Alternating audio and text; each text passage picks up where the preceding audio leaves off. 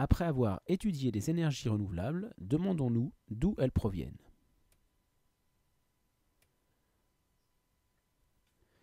Nous allons commencer par parler de l'inégale répartition de l'énergie solaire.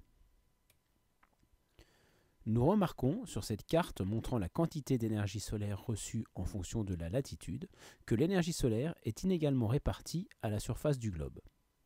Nous avons des zones au niveau de l'équateur où l'énergie solaire reçue est extrêmement importante et d'autres au niveau du pôle où l'énergie solaire reçue est faible.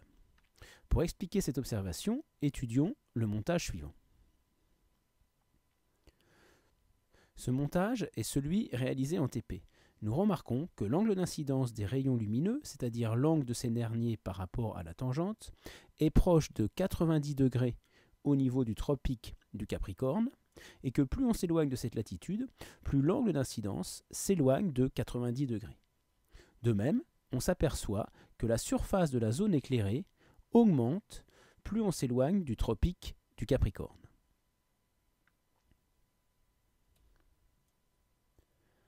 La même quantité d'énergie se répartit sur une surface 2 fois plus grande au pôle qu'à l'équateur. On peut donc conclure en disant que la quantité d'énergie reçue par unité de surface est plus importante lorsque l'angle d'incidence est proche de 90 degrés. Voyons maintenant ce que provoque cette inégale répartition de l'énergie solaire en parlant du déplacement des masses d'air. Du fait de l'inégale répartition de l'énergie solaire, les zones proches de l'équateur vont avoir un air plus chaud que les zones de latitude plus élevée. Or, comme nous l'avons vu en TP, un air chaud sera moins dense qu'un air froid. Dans ce cas, on observera des mouvements ascendants de l'air au niveau de l'équateur et descendants au niveau des hautes latitudes. Il y aura donc création de zones de basse pression ou dépressionnaires au niveau de l'équateur, car il y aura moins d'air, et de haute pression au niveau des latitudes plus hautes. Ce gradient de pression entraîne l'apparition de vent, car les masses d'air circulent toujours d'une zone de haute pression vers une zone de basse pression. Après avoir étudié les mouvements des masses d'air, étudions les mouvements des masses d'eau.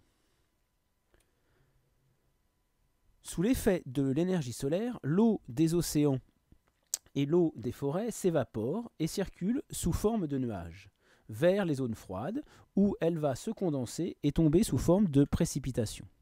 Cette eau va ruisseler, s'infiltrer et former des rivières et fleuves dont l'eau pourra être stockée grâce à des barrages pour produire de l'énergie hydroélectrique.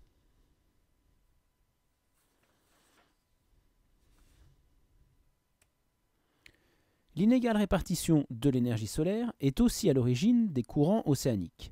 En effet, les eaux chaudes vont avoir tendance à créer des courants de surface qui vont, lorsque la chaleur s'est dissipée, former des courants océaniques profonds. On a ici une zone de plongée des eaux froides une fois que les eaux se sont refroidies.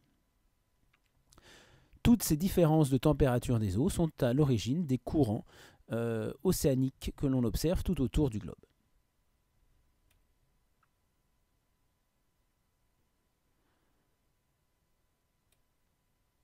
Nous venons donc de voir que l'énergie solaire est à l'origine de toutes les énergies renouvelables. À bientôt pour de nouvelles vidéos.